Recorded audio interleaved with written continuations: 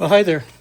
Right in the middle of just replacing a ball joint here on a 2004 Honda Element. And I came across a very interesting method. And I see a lot of videos where people are taking all kinds of things apart to get this done, and you don't need to. You do have to undo your brake line so that it's loose. Your ABS sensor line, loosen that off. Take your caliper off, hang it out of the way.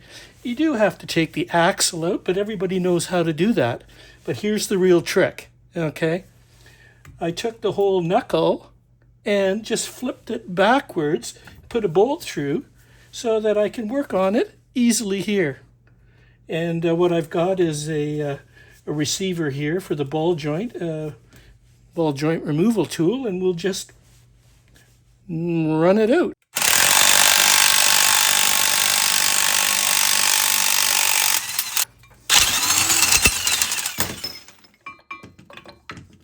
One ball joint removed. Now, I didn't mention that I did take a grinder and I cut it off so that it was flat so I could push it. But so that's the ball joint out. Now we just have to put the new one back in. There's our new ball joint.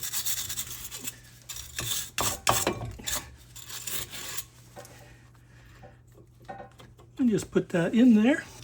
So we got our ball joint in there. We're just going to do the opposite to press it back in. Oh, I can almost do it by hand.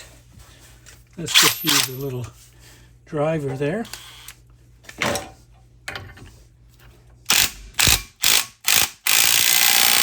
Oh, look at how easy that was. That's seated all the way down.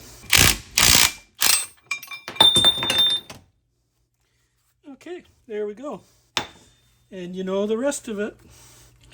So that's the trick, making it easy to work on. So give it a try. Thanks for coming by. Take care.